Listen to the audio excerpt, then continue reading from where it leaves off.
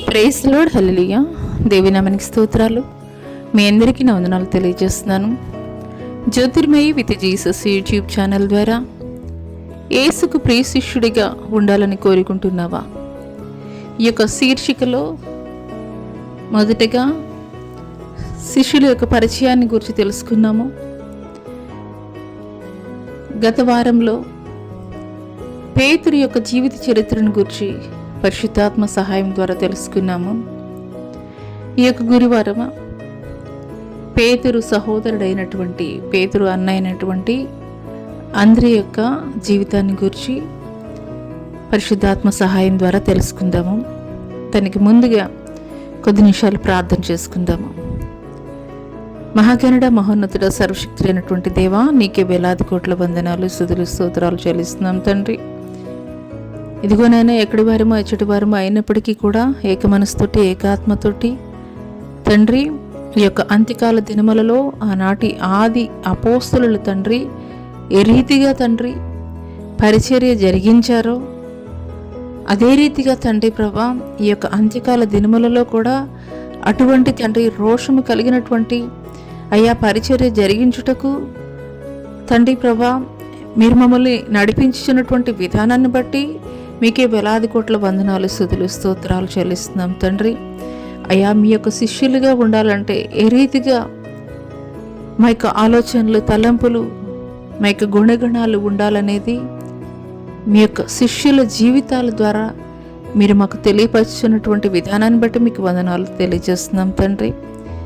అయా వింటున్నటువంటి తండ్రి ప్రభా అయా నీ ప్రియ సంఘమునైనా అయా తండ్రి వాక్యానుసారముగా తండ్రి ప్రభా జీవించుటకు నీ శిష్యులుగా పిలువబట్టకు కృప చూపించమని నజరేయుడైన యేసు అతి పుణ్య పరిశుద్ధ నామములో అడిగి వేడుకొనుచున్నాం ప్రియ పరలోకపు తండ్రి, ఆమేన్. దేవుని నామం పేరిట మరొకసారి మీ అందరికీ కూడా వందనాలు తెలియజేస్తున్నాం తండ్రి. తండ్రి అయినటువంటి దేవుని యొక్క కృప ద్వారా మరి ఇటువంటి అవకాశాన్ని దేవుడు మనకి ఇచ్చాడు. ఈ యొక్క అంత్యకాల దినములలో వారు భూలోకాన్ని తలక్రిందులు చేసేటువంటి వారిగా వారైతే పిలువబడ్డారు. అదే రీతిగా ఈ యొక్క అంత్యకాల దినములలో కూడాను దేవుడు తెలియజేస్తున్నాడు, కోత విస్తారమే కానీ కోసేటి పనివారు కొద్దిమందే అని. మరి ఆ యొక్క కోతని విస్తారముగా ఉన్నటువంటి క్రమములో అనేక మంది లేవనెత్తబడాలని దేవుని యొక్క ఆలోచన. ఆయన శిష్యులుగా ప్రతి ఒక్కరూ మార్చబడాలి, ఆయన సువార్త ప్రకటించాలనేది దేవుని యొక్క ఆలోచన. దేవుని యొక్క మాటల్ని మనం శ్రద్ధగా ఆలకిద్దాం. హల్లెలూయా. ఈరోజు పేతురు అన్న అయినటువంటి అంద్రే యొక్క జీవితాన్ని గురించి మనం తెలుసుకుందాం. ముందుగా అంద్రే యొక్క పరిచయాన్ని అయితే కనుక మనం తెలుసుకుందాం. హల్లెలూయా. అంద్రేయ ఎక్కడ పుట్టాడు, ఏ ప్రాంతంలో జన్మించాడనంటే కనుక అంద్రేయ నజరేతు పట్టణంకు తూర్పున ఉన్నటువంటి 26 మైళ్ళు దూరంలో ఉన్నటువంటి బేత్సయిదా అనే ప్రాంతంలో జన్మించాడు ఈ యొక్క అంద్రేయ. యేసుక్రీస్తు వారి 12 మంది శిష్యుల్లో ఈ యొక్క అంద్రేయ కూడా ఒకడు. ఇది ఎక్కడ ఉన్నది అనంటే కనుక గలిలయ తీర ప్రాంతంలో ఉన్నది. ఈ యొక్క అంద్రే యొక్క సహోదరుడు ఎవరు అనంటే కనుక పేతురు. ఇతని యొక్క తల్లిదండ్రులు యోహాను, యోహానాలు. ఈ యొక్క అంద్రేయ, పేతురులు వీరి యొక్క వృత్తి ఏమిటి అనంటే కనుక ఆ యొక్క కపెర్నహూములో చేపలు పట్టేటువంటి జాలర్లుగా అయితే కనుక ఉన్నారు వీళ్ళు. హల్లెలూయా. అంత మాత్రమే కాదు, అంద్రేయ దేవుని యందు భయభక్తులు కలిగినటువంటి వాడు. బాప్తిసమిచ్చు యోహాను బోధ వినుచు ఆసక్తితోట అతన్ని వెంబడించినటువంటి వ్యక్తిగా అయితే కనుక ఈ యొక్క అంద్రేయ ఉన్నాడు. బాప్తిసమిచ్చు యోహాన్ బోధలు వినడానికి యూదయ ప్రాంతం నుండి మరి అనేక మంది జనసమూహాలు ఆత్మీయ ఆదరణ కొరకు, మరి మనస్సు నెమ్మది కొరకు, నూతన జీవితం కొరకు వస్తున్నటువంటి ఆ యొక్క సమయంలో బాప్తిసమిచ్చు యోహానికి సహాయకారిగా శిష్యరికం చేస్తూ ఉండేటువంటి వాడు ఈ యొక్క అంద్రేయ. అంద్రేయకి సంబంధించినటువంటి పరిచయం అయితే గనక ఇది. అంద్రియ దేవుణ్ణి ఏ రీతిగా వెంబడించాడు, ప్రభు ఏ రీతిగా అంద్రియని పిలుచుకున్నాడు అనేటువంటి విషయాలు అయితే కనుక మనం చూసుకుందాము. హల్లెలూయా. ఇక్కడ బాప్తీసం ఇచ్చేటువంటి యోహాను యేసుని ఏ రీతిగా వెంబడించాడు, అది ఆ విషయాన్ని అయితే కనుక మనం చూద్దాము. యోహాను సువార్త 1:29-30 కనుక మనం చూసుకున్నట్లయితే, ఒక దినమున యోర్దాను నదిలో బాప్తిసం ఇచ్చి యోహాను యేసు ప్రభు రాగానే చూచి, ఇదిగో లోక పాపంలో మోసుకొని పో దేవుని గొర్రెపిల్ల, నాకంటే వెనుక ఒక మనుషుడు వచ్చుచున్నాడు, ఆయన నాకంటే ప్రముఖుడు గనుక నాకంటే మొదటి వాడైనని నేను ఎవరిని గుర్తు చెప్పి తినో ఆయనే ఈయనని బిగ్గరగా చెప్పాడు. హల్లెలూయా. ఈ యొక్క బాప్తిసం ఇచ్చి యోహాను ఎవరు అని అంటే కనుక యేసు క్రీస్తుకి ముందుగా పంపబడినటువంటి పరలోక రాజ్యము సమీపించుచున్నదని ఆ యొక్క యూదయ అరణ్యములో అన్నమాట సువార్త ప్రకటించినటువంటి వ్యక్తి, దేవునికి ముందుగా ఆయన బూరగా ఉన్నటువంటి వ్యక్తి ఈయన బాప్తిసం ఇచ్చి యోహాను. ఆ యొక్క బాప్తిసం ఇచ్చి యోహాను తోటి శిష్యరికం చేసినటువంటి వ్యక్తి ఈ యొక్క అంద్రియ. మరి ఒకానొక సమయంలో ఆ యొక్క యోర్దాను నదిలో మరి బాప్తిసం ఇస్తున్నటువంటి యోహానుకి మరి యేసుక్రీస్తు వారు కనిపించినప్పుడు చెప్తున్నారు, ఇదిగో లోక పాపంలో మోసుకొని పోవు దేవుని గొర్రెపిల్ల, మరి నాకంటే వెనక ఒక మనుషుడు వస్తున్నాడు, ఆయన నాకంటే ప్రముఖుడు గనుక నాకంటే మొదటి వాడు ఆయనని ఎవరి గురించి చెప్పానో ఆయనే ఈయనని చెప్పాడు. ఎవరి కొరకైతే ఆయన ప్రకటిస్తూ చెప్తున్నాడో, సువార్త చేస్తున్నాడో ఆయనే యేసుక్రీస్తు వారు వచ్చినప్పుడు ఈ మాటలు అయితే గనక బాప్తిసం ఇచ్చి యోహాను తెలియజేస్తున్నారు. హల్లెలూయా. అప్పటి నుండి ఈ అంద్రియ ఏం చేస్తాడంటే ప్రభువుని వెంబడించడం మొదలుపెట్టాడు. ప్రభువుని వెంబడించినటువంటి వ్యక్తుల్లో మొదటి వ్యక్తిగా ఈ యొక్క అంద్రియని అయితే కనుక చెప్పవచ్చు. ఎందుకోసం అని అంటే కనుక యేసుక్రీస్తు వారికి ముందుగా ఆయన యొక్క రాజ్య సువార్తని ప్రకటించడానికి పంపబడినటువంటి బాప్తిసం ఇచ్చి యోహాను తోటి యోహాను యొద్ద శిష్యరికం చేస్తున్నాడు కాబట్టి మొట్టమొదటి ప్రత్యక్షత ఎవరికి దొరికింది అని అంటే కనుక ఈ యొక్క అంద్రియకే. అందుకోసము అంద్రియ ఏం చేశాడంటే ప్రభువుని వెంబడించినటువంటి శిష్యుల్లో మొదటి వ్యక్తిగా అయితే కనుక మనం చెప్పవచ్చు. యేసుక్రీస్తుని రక్షకునిగా రానయ్యున్నటువంటి మెస్సీగా గుర్తించినటువంటి అంద్రియ మరి యేసు యొక్క శిష్యుడు మాత్రమే కాదు, మరి అనేక మందిని కూడాను యేసుకి పరిచయం చేసినటువంటి వ్యక్తిగా అయితే కనుక మనం చూడవచ్చు. మరి అంత మాత్రమే కాదు, మరి తన సహోదరుడైనటువంటి పేతురును కూడా యోహాను సువార్త 1:41-42 కనుక మనం చూసుకున్నట్లయితే అక్కడ రాయబడి ఉంటుంది, మేము మెస్సియాను కనుగొంటిమి అని చెప్పి పేతురుని పరిచయం చేసింది కూడాను దేవాది దేవునికి ఈ యొక్క అంద్రియ అని చెప్పాలి. హల్లెలూయా. అంత మాత్రమే కాదు, మరి దేవుడు పిలుచుకున్నటువంటి విధానము మత్తయి సువార్త 4:18-20 కనుక మనం చూసుకున్నట్లయితే, యేసు గలిలయ సముద్ర తీరమును నడుచుండగా పేతురు అనబడిన సీమోను మరియు అంద్రియ సముద్రంలో వలవేయుట యేసుక్రీస్తు వారు చూచి, నా వెంబడి రండి, నేను మిమ్మల్ని మనుషులను పట్టు జాలరులుగా చేతునని వారితో చెప్పగా వెంటనే వారు తమ వలలు విడిచిపెట్టి ఆయన్ను వెంబడించారు. హల్లెలూయా. ఇక్కడ ఒకానొక సమయంలో ఆ యొక్క గలిలయ సముద్ర తీరమున వీరు వలలు వేస్తున్నటువంటి క్రమంలో యేసుక్రీస్తు వారు చూశారు. వారిని చూసినటువంటి యేసుక్రీస్తు వారు చెప్తున్నారు, నా వెంబడి రండి, నేను మిమ్మల్ని మనుషులను పట్టేటువంటి జాలర్లుగా చేస్తానని చెప్పినప్పుడు వారు ఆ యొక్క వలలు విడిచిపెట్టి యేసుక్రీస్తు వారిని వెంబడించినటువంటి వారుగా ఉన్నారు ఈ యొక్క అన్నాతమ్ములు అంద్రియ, పేతురు. హల్లెలూయా. యేసుక్రీస్తు వారి పరిచర్యలో అంద్రియ యొక్క పాత్రను గురించి మనం తెలుసుకుందాము. యేసుక్రీస్తు వారి పరిచర్యలో అంద్రియ యొక్క పాత్ర మొదటిగా చూసుకున్నట్లయితే, పేతురు అంద్రియ ఫిలిప్పులను వెంట పెట్టుకుని యేసు, ఇది యోహాను సువార్త 2:1-11 కనుక మనం చూసుకున్నట్లయితే మరి ఆ లేఖనాల్లో మనం రాయబడి ఉంటుంది, పేతురు అంద్రియ ఫిలిప్పులను వెంట పెట్టుకుని యేసు నజరేతులోని కానా అనే ఊరిలో పెళ్లి విందుకు వెళ్ళినటువంటి సమయంలో అక్కడ యేసయ్య చేసినటువంటి మొట్టమొదటి అద్భుతం ఏంటంటే నీటిని ద్రాక్షారసముగా మార్చాడు. ఆ యొక్క సమయంలో ఈ యొక్క అంద్రేయ కూడాను యేసుక్రీస్తు వారితో కూడా ఉన్నట్లుగా అయితే కనుక మనకి లేఖనాల ద్వారా తెలియజేయబడుతుంది. యేసుక్రీస్తు వారు ఆయన యొక్క తల్లితో కూడాను ఆ యొక్క కానా అనేటువంటి గ్రామంలోనికి పెళ్లి విందుకు వెళ్ళినటువంటి సమయంలో మొదటగా అక్కడ వారు సిద్ధపాటు చేసినటువంటి ద్రాక్షారసం అయిపోతుంది. మరి పెండ్లి వారికి ఇవ్వాలి అని చెప్పేసి అనుకున్నప్పుడు వారికి ఇవ్వడానికి ఏమీ దొరకదు.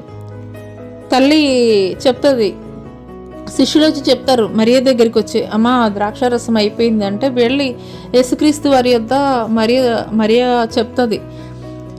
చెప్పినప్పుడు నా సమయం ఇంకా రాలేదు అని చెప్పినప్పుడు మరి దేవుడు ఆ తర్వాత ఆయన శిష్యులకి తెలియజేస్తారు. అక్కడ రాతి బాణాలని నీటితోటి నింపమని చెప్పినప్పుడు ఆ యొక్క రాతి బాణాలని దేవుని యొక్క ఆజ్ఞ మేరకు నీళ్లతోటి నింపినప్పుడు దేవాది దేవుడు ఆ యొక్క నీటిని ద్రాక్షారసముగా మారుస్తారు. ఆ పెండ్లికి వచ్చినటువంటి వారు ఏమని మాట్లాడతారంటే, ఎవరైనా కానీ ముందుగా శ్రేష్టమైనది ఇస్తారు, ఆ తర్వాత మరి ఇంకా మిగిలిపోయినది ఇస్తారు, కానీ మీరేంటి మొదటగా ఇచ్చిన దానికంటే కూడాను ఇప్పుడు ఇచ్చినది చాలా శ్రేష్టమైనదిగా ఉన్నదని వారు మాట్లాడతారు. హల్లెలూయా! దేవాది దేవుడు చేసినటువంటి మొట్టమొదటి అద్భుత కార్యము ఏది అనంటే గనక బైబిల్ గ్రంథంలో కానా అనేటువంటి పెళ్లి విందులో నీటిని ద్రాక్షారసముగా మార్చడం. ఆ సమయంలో అంద్రేయ కూడాను యేసుక్రీస్తు వారితో పాటు ఉన్నారు. రెండవది, ఆయన కొండ మీద చేసినటువంటి ప్రసంగంలో మరి 3 దినాలు కూడాను వారు బోధ వింటూ ఉన్నటువంటి క్రమంలో దేవుడు వారికి ఆహారం ఏమైనా పెట్టాలి అని అడిగినప్పుడు ఒక చిన్న బిడ్డ మరి తన దగ్గర ఉన్నటువంటి 5 రొట్టెలు 2 చిన్న చేపలు ఇచ్చినప్పుడు ఆ యొక్క 5 రొట్టెలు 2 చిన్న చేపల్ని ఆ యొక్క 5 రొట్టెలు 2 చిన్న చేపల్ని కూడాను మరి తీసుకుని వచ్చి దేవుని చేతిలో పెట్టింది ఎవరు అని అంటే కనుక అంద్రేయనే. ఆ యొక్క 5 రొట్టెలు 2 చిన్న చేపలు దేవుడు ఆశీర్వదించినటువంటి మీదట 5,000 మంది పురుషులు తిన్నటువంటి క్రమంలో ఇంకను కూడాను 12 గంపలు మిగిలిపోయినట్లుగా లేఖనాల్లో అయితే కనుక మనం చూస్తాం. హల్లెలూయా! ఆ సమయంలో అంద్రేయాని ఆ యొక్క 5 రొట్టెలు 2 చిన్న చేపలు దేవుని చేతిలో ఉంచినట్లుగా అయితే కనుక మనం చూస్తాము. ఈ యొక్క అద్భుతము జరిగేటువంటి క్రమంలో యేసుక్రీస్తు వారు ప్రక్కనే అంద్రేయ ఉన్నట్లయితే కనుక మనం చూస్తాము. దేవుని పరిచర్యలో 3వ విషయం ఏంటి అని అంటే కనుక యోహాను సువార్త 2వ అధ్యాయము 12 నుండి 17 వచనాలు కనుక మనం చూసుకున్నట్లయితే, యెరూషలేము దేవాలయాన్ని యాజకులు వారి వ్యాపార కేంద్రంగా చేసి వ్యాపారం చేస్తున్నప్పుడు యేసుక్రీస్తు వారు వారిని గద్దించి దేవాలయమును శుద్ధీకరించడం అంద్రేయ దగ్గరగా చూస్తున్నట్లుగా అయితే కనుక మనం చూస్తున్నాం. ఆ యొక్క యెరూషలేము ప్రాంతానికి వెళ్ళినప్పుడు ఆ యొక్క యెరూషలేము దేవాలయంలో గువ్వల్ని మరి గొర్రెల్ని అన్నీ కూడా పెట్టి అక్కడ దేవాలయం ప్రాంగణంలో వారు వ్యాపారం జరిగిస్తూ ఉంటారు. ఆ యొక్క వ్యాపారం జరిగిస్తున్నటువంటి క్రమంలో నా మందిరము సమస్త అన్ని జనులకి మందిరము కాదా అని దేవుడు వ్యాపార కేంద్రంగా చేశారు అని దేవుడు వారందరినీ కూడాను కొరడాలు పెట్టి వారందరినీ తరిమి వేస్తూ ఉన్నటువంటి ఆ యొక్క సందర్భాన్ని అయితే గనుక మనం చూస్తాము. ఆ సమయంలో దేవాది దేవుని ప్రక్కనే ఈ యొక్క అంద్రేయ కూడా ఉన్నట్లుగా అయితే గనుక లేఖనాల్లో తెలియపరచబడింది. హల్లెలూయా! 4వ విషయం ఏంటి అనంటే కనుక లూకాసు వార్త 22వ అధ్యాయము 7 నుండి 23 వచనాలు కనుక మనం చూసుకున్నట్లయితే, యేసుక్రీస్తు ప్రభువు రోమా సైనికులకి అప్పగింపబడక మునుపు పస్కా పండుగ జరిగింది, పస్కా విందు జరిగింది. ఆ యొక్క విందులో యేసుక్రీస్తు వారు ఆ యొక్క విందు కన్నా ముందుగా కూడాను పాదపరిచర్య జరిగించారు. శిష్యులందరి పాదాలు కూడాను దేవాది దేవుడు కడిగినట్లుగా అయితే గనక మనం చూస్తాము. ఆ తర్వాత విందు జరిగింది. ఈ 2 సందర్భాల్లో కూడాను అంద్రెయ యేసుక్రీస్తు వారితో కూడా ఉన్నట్లుగా అయితే గనక మనం చూస్తున్నాము. 5వ విషయము ఏమిటి అనంటే గనక యోహాను సువార్త 20వ అధ్యాయము 19వ వచనంలో మనం చూసుకున్నట్లయితే, యేసుక్రీస్తు వారు పునరుద్ధానుడైన తర్వాత శిష్యులు యూదులకు భయపడి గదిలో తలుపులు మూసుకుని ఉండగా యేసు వారి మధ్యకు వచ్చి మీకు సమాధానము కలుగునుగాక అని చెప్పెను. ఈ యొక్క శిష్యులంతా కూడాను యూదులకు భయపడి ఒక గదిలో ఉన్నటువంటి క్రమంలో యేసుక్రీస్తు వారు పునరుద్ధానుడైనటువంటి యేసుక్రీస్తు వారు వారి మధ్యలోనికి వచ్చి వారితో చెప్తున్నారు, మీకు సమాధానము కలుగునుగాక అని. హల్లెలూయా. ఆ యొక్క శిష్యుల్లో ఈ యొక్క అంద్రెయ కూడా ఉన్నాడు. 6వ విషయం ఏంటంటే గనక అపోస్తలుల కార్యము 2వ అధ్యాయము 1 నుండి 4 వచనాలు గనక మనం చూసుకున్నట్లయితే, యేసుక్రీస్తు వారు తండ్రి యొద్దకు ఆరోహణం అయ్యేటప్పుడు శిష్యులతో చెప్తాడు, మీరు యెరూషలేము విడిచి మీరు వెళ్ళొద్దు, నేను మీ కొరకు ఒక ఆదరణకర్తను నేను పంపిస్తున్నాను, కాబట్టి యెరూషలేములోనే ఉండమని చెప్పినప్పుడు వారు ఒక మేడ గదిలో శిష్యులతో కూడా కలిపి 120 మంది వారు ప్రార్థిస్తున్నటువంటి క్రమంలో 10వ దినము పెంతెకొస్తు పండగ దినాన అగ్ని నాలుకలుగా విభాగింపబడి ప్రతి ఒక్కరి మీదకి కూడాను ఆ యొక్క పరిశుద్ధాత్మ కమ్ముకొనినప్పుడు వారు ఎరగినటువంటి అన్య భాషల్ని మాట్లాడసాగిరి. హల్లెలూయా. అక్కడ 17 దేశాలకు సంబంధించినటువంటి వారు ఆ యొక్క పెంతెకొస్తు పండుగ దినానికి వచ్చారు. ఆ యొక్క దేవాలయానికి వచ్చినటువంటి క్రమంలో వారు మాట్లాడుతున్నారు, వీరు గలిలయులు కాదా, వీరు జాలర్లు కాదా, వీరు ఈ భాషలో ఏ రీతిగా మాట్లాడగలుగుతున్నారని వారిలో ఒక క్వశ్చన్ వచ్చేసింది. హల్లెలూయా. పరిశుద్ధాత్మ పొందుకున్నటువంటి వ్యక్తిగా అయితే గనక మనం చూస్తున్నాం. హల్లెలూయా. అంద్రెయలో ఉన్నటువంటి గొప్పతనాన్ని కొన్ని విషయాలైతే గనక మనం తెలుసుకుందాం. అంద్రెయలో ఉన్నటువంటి గొప్పతనాన్ని కొన్ని విషయాలు మనం నేర్చుకుందాం. అంద్రెయ మరి తన యొక్క ప్రసంగాల ద్వారా అనేక మందిని మరి దేవుని యొద్దకు మార్చలేకపోయాడు, కానీ అనేక వేల మందిని అయితే గనక ఒక్క ప్రసంగం ద్వారా క్రీస్తు కొరకు సంపాదించగలిగినటువంటి ఆదిమ సంఘానికి పునాది రాయి వేయగలిగినటువంటి తన తమ్ముడైనటువంటి పేతురుని మాత్రం క్రీస్తుకు పరిచయం చేశాడు. అంత మాత్రమే కాదు, అంద్రెయ యొక్క గొప్ప మనసు ఏంటంటే గనక ఉన్నతమైనటువంటి వాటి యందు మనసు పెట్టలేదు, కానీ చిన్న చిన్న వాటి అందే మరి నమ్మకస్తుడిగా ఉన్నటువంటి వ్యక్తిగా ఉన్నాడు. మరి అదే రీతిగా చూసుకున్నట్లయితే మనుషులను సంతోషపెట్టాలని లేదంటే గనక కంటికి ఎదురుగా కనబడేటువంటి చేయాలని చెప్పేసి ఆయన అనుకోలేదు, కానీ దీనమైనటువంటి మనసు కలిగి చిన్న చిన్న దేవాది దేవుడు తనకి ఏవైతే బాధ్యతలు అప్పగించాడో ఆ చిన్న చిన్న పనుల్లోనే నమ్మకత్వంగా చేయడం ద్వారా మరి ప్రభు సేవలో అన్నమాట ముందుకు కొనసాగింపబడినటువంటి వ్యక్తిగా ఉన్నాడు. హల్లెలూయా. దేవుని సంఘములో దైవ సేవకులు ఏదైనా పరిచర్య జరిగించమని చెప్పినప్పుడు చిన్నదా పెద్దదా అని కాదు, నువ్వు దేవుని సన్నిధిలో అది ఏ పని చేసినా కానీ దేవుని యొక్క ఆశీర్వాదం ఖచ్చితంగా నువ్వు పొందుకుంటావు. అదే రీతిగా ఈ యొక్క అంద్రెయ కూడాను ఎక్కడా కూడాను ఎగ్జిబిట్ అవ్వలేదు, బయటికి కనిపించే విధంగా తన యొక్క పరిచర్య లేదు. చిన్న చిన్న సహాయమే చేస్తూ దేవుని యొద్ద నమ్మకస్తుడైనటువంటి వాడిగా ఉన్నాడు ఈ యొక్క అంద్రెయ. అంద్రెయ యొక్క ప్రాముఖ్యమైన సేవ మరి వ్యక్తుల్ని క్రీస్తు యొద్దకు తీసుకొచ్చేటువంటి సేవగా ఉన్నది. దైవ సేవకులు కూడా అనేక సార్లు మందిరాల్లో చెప్తా ఉంటారు కదా, మరి మీరు ఎరిగి ఉన్నటువంటి ఒక సత్యమైనటువంటి సువార్తని అనేక మందికి తెలియపరచండి, దేవుని సన్నిధికి నడిపించండి అని. అదే రీతిగా ఈ యొక్క అంద్రేయ కూడాను ఏం చేసేవాడంటే తను ఎరిగి ఉన్నటువంటి సత్యమైనటువంటి దేవుని యొద్దకి అనేక మందిని తీసుకుని వచ్చి పరిచయం చేసేటువంటి వ్యక్తిగా ఉండేవాడు.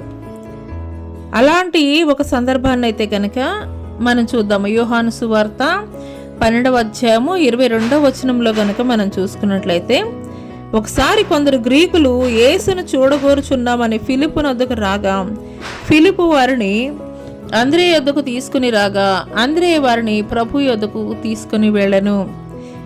ఆ సమయంలో ఈ యొక్క గ్రీకులు అనంటే కనుక ఎవరంటే అన్యులుగా భావించబడేవారు.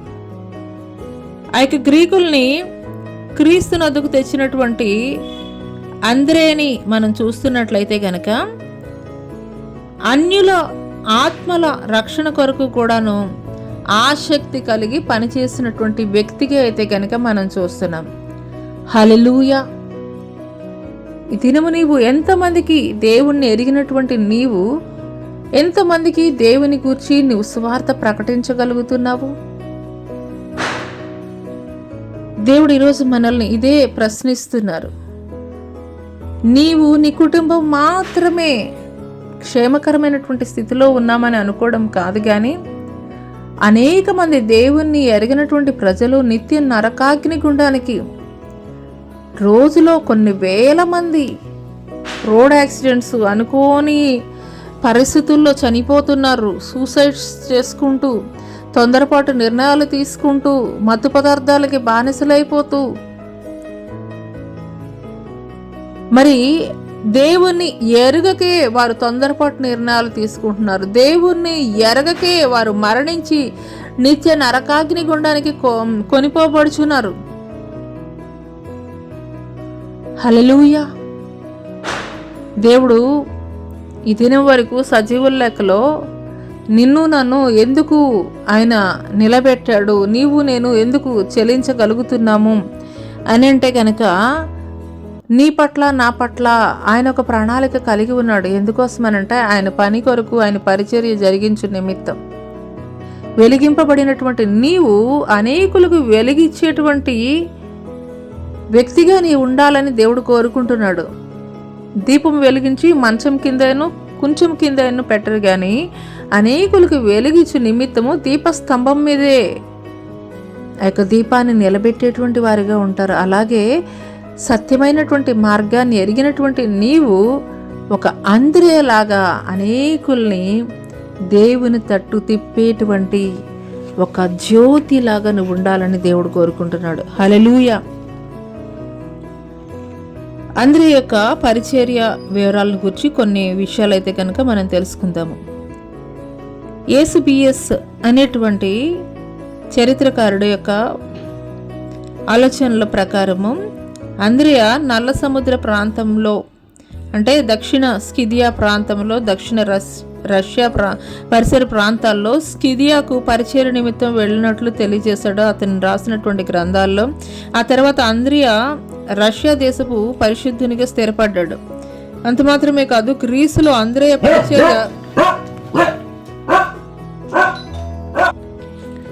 హల్లెలూయా అంద్రేయ పరిచయ వివరాల గురించి కొన్ని విషయాలు అయితే కనుక మనం తెలుసుకుందాము.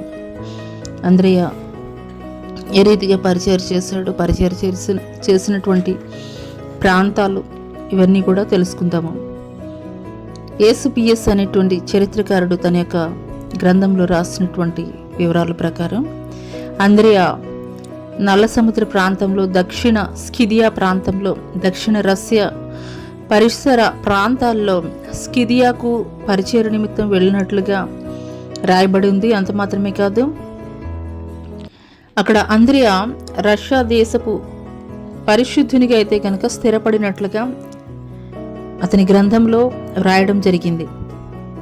అంత మాత్రమే కాదు, గ్రీసులో అంద్రేయ పరిచయం చేస్తున్నటువంటి సమయంలో పెట్రాస్ గవర్నర్ అయినటువంటి అగాస్ భార్య అయిన మార్సిమిల్లా అంద్రేయ యొక్క బోధనలకు ప్రభావితురాలై ఆమె క్రైస్తవురాలిగా మారినట్లుగా అయితే కనుక మనం చూస్తున్నాం.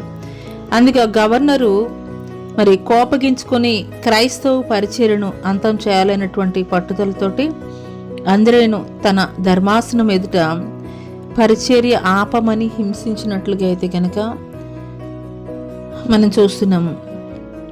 కానీ అంద్రే అయితే కనుక ఆ యొక్క గవర్నర్ యొక్క ఆజ్ఞకి లోబడినటువంటి వ్యక్తిగా అయితే కనుక లేడు.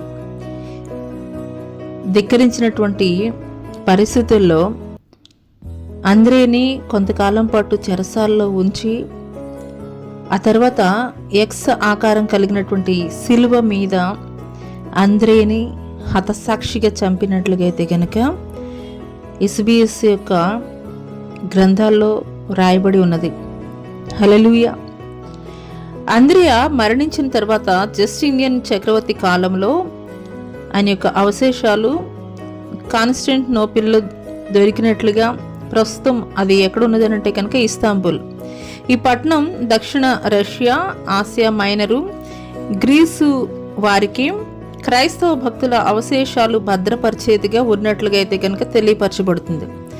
కాన్స్టంటైన్ చక్రవర్తి క్రీస్తు శకం 336 సంవత్సరంలో పరిశుద్ధ అపోస్తుల కొరకు ఒక పుణ్యక్షేత్రం కట్టుటకు అయితే కనుక ఆయన పూనుకున్నాడు. కానీ ఆ తర్వాత ఆ దేవాలయాన్ని ఆయన కుమారుడు ఆయన కాలంలో అయితే కనుక నిర్మించాడు. ఆ ఆలయంలో తిమోతి, లూకా, అంద్రియా అవశేషాలని భద్రపరిచాడు. అంద్రియా స్కాట్లాండ్ దేశ ఆస్థాన పరిశుద్ధునిగా పేరుగాంచినట్లుగా అయితే కనుక రాయబడి ఉన్నది. ఆ దేశానికి అంద్రియా సిలువ వేయబడినటువంటి ఎక్స్ ఆకారం కలిగినటువంటి గుర్తుని వారు జాతీయ చిహ్నంగా అయితే కనుక వారు ఉంచారు. ఏరోనాటిక్స్కి వారికి ఘనతకు మరి గుర్తుగా అంద్రే యొక్క సిలువ అంటే ఎక్స్ నమూనాని శౌర్య ప్రతీకగా అయితే కనుక వారు ఉంచినట్లుగా తెలియజేయబడుతుంది. హల్లెలూయా.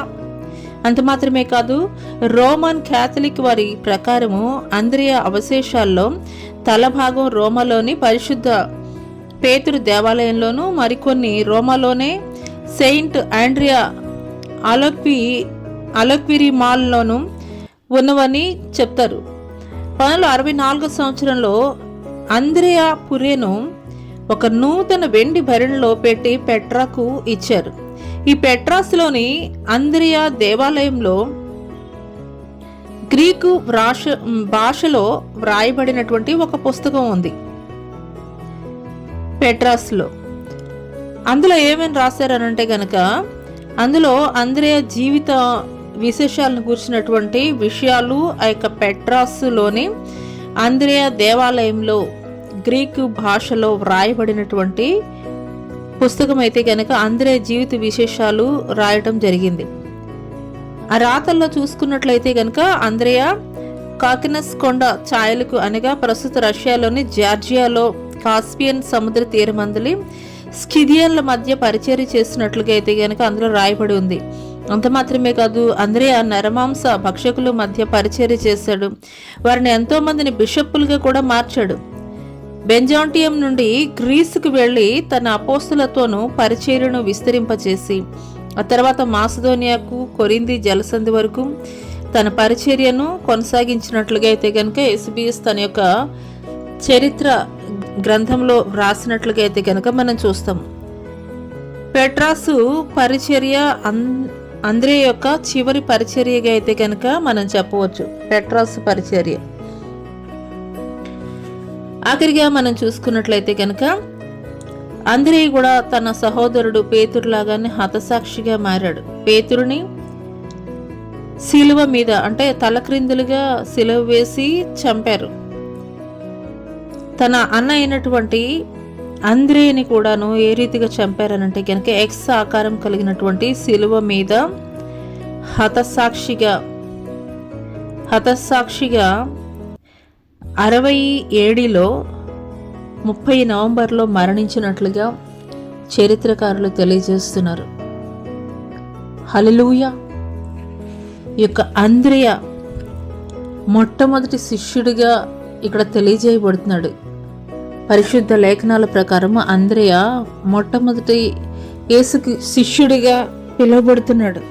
అంత మాత్రమే కాదు, అంద్రియ జీవితం నుండి మనం నేర్చుకోవాల్సినటువంటి విషయం ఏమిటంటే కనుక, మరి ప్రజలకి కనిపించాలని పెద్ద పెద్దవి ఎగ్జిబిట్ చేసుకోలేదు, కానీ పెద్ద పెద్ద అంశాలలో, పెద్ద పెద్ద విషయాల్లో దేవునికి సమీపంగా ఉంటూ చిన్న చిన్న విషయాల్లోనే దేవుడు ఏదైతే అందరికీ బాధ్యతలు అప్పగించారో ఆ పనుల్లో ఆయన నమ్మకత్వాన్ని కనబరిచినటువంటి వ్యక్తిగా ఉన్నాడు. హల్లెలూయా. ఈ అంద్రెయ ఎటువంటి వాడనంటే చేపలు పట్టేటువంటి జాలరి అయినప్పటికీ కూడాను ఎప్పుడైతే పెంతెకొస్తు పండుగ దినమున పరిశుద్ధాత్మ పొందుకున్నాడో, చేపలు పట్టేటువంటి జాలరి అయినటువంటి అంద్రెయ అనేక ప్రాంతాల్లో ఆయన పరిచర్య జరిగించారు. అంత మాత్రమే కాదు, యేసు కొరకు హతసాక్షిగా మారడానికి కూడాను వెను తిరిగినటువంటి వ్యక్తిగా అయితే గనక ఉండలేదు. దేవుని కోసం తన ప్రాణాలను కూడా త్యాగం చేసినటువంటి వ్యక్తిగా ఉన్నాడు. మొట్టమొదట ఆదిమ సంఘాన్ని నిర్మించినటువంటి తన తమ్ముడైనటువంటి పేతురుని క్రీస్తుకి పరిచయం చేసినటువంటి వ్యక్తిగా ఉన్నాడు. అనేకసార్లు మన జీవితాల్లో కూడాను సంఘాలలో లేదంటే కనుక మనం చేసే పరిచర్యల్లో పెద్ద పెద్ద అంశాల్లోనే, అంటే అందరికీ కనిపించే విధంగా చేసేటువంటి పరిచర్యలోనే దేవుడు మనల్ని చూస్తున్నాడని ఒక భ్రమలో మనం ఉంటాం. కాదండి, హిడెన్గా, అంటే జనులకు కనిపించకుండా చేసేటువంటి పరిచర్య కూడాను అది దేవుని పరిచర్య.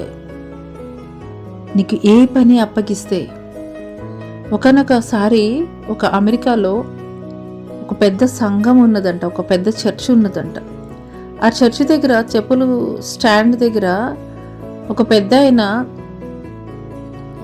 మరి సూట్ వేసుకొని అక్కడ వస్తున్నటువంటి వారందరి చెప్పులు కూడాను చేత్తో తీసుకుని ఆ యొక్క ర్యాక్లో పెడుతున్నారంట. ఆ పరిచర్య చేస్తున్నారు. ఆ తర్వాత అది కంప్లీట్ అయిపోయిన తర్వాత దైవ సేవకులు అడిగారంట, అయ్యా మీరేం చేస్తారు అని అడిగితే ఆయన చెప్పినటువంటి మాట, ఆయన ఒక పెద్ద కంపెనీలో ఆయన అధికారిగా ఉన్నాడు. కానీ దేవుని ఎదుట ఎవరైనా కానీ తన తాను తగ్గించుకుని వాడు హెచ్చించబడునని దేవుడు తెలియజేస్తున్నాడు. నమ్మకమైనటువంటి వారికి మెండైన దీవెనలు కలవు అని దేవుడు తెలియజేస్తున్నాడు. ప్రియ సహోదరి సహోదరుడా, ఒక అంద్రేలాగా నీవు కూడా తగ్గింపు స్వభావాన్ని కలిగి ఉంటున్నావా? దేవుడు నీకిచ్చినటువంటి పరిచర్య, నీకిచ్చినటువంటి భారాన్ని సంఘంలో అనేకులకు గొప్ప గొప్ప పరిచర్యలు అప్పగించి నాకు మాత్రం ఏంటి ఇలాంటి చిన్న పరిచర్య అప్పగించారని నువ్వు మనసులో నీవు కలవరం, దేవుని సన్నిధిలో నీవు ప్రశ్నించేటువంటి స్థితిలో నీవు ఉంటున్నావా?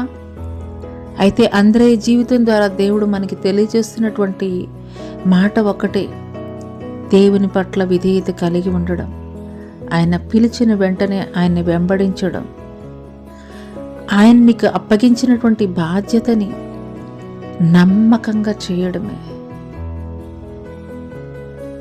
అందుకొరకే చేపలు పట్టేటువంటి జాలర్లు అంటే సొసైటీలో ఏ విధమైనటువంటి రికగ్నిషన్ ఉండదు, ఏ విధమైనటువంటి గుర్తింపు ఉండదు.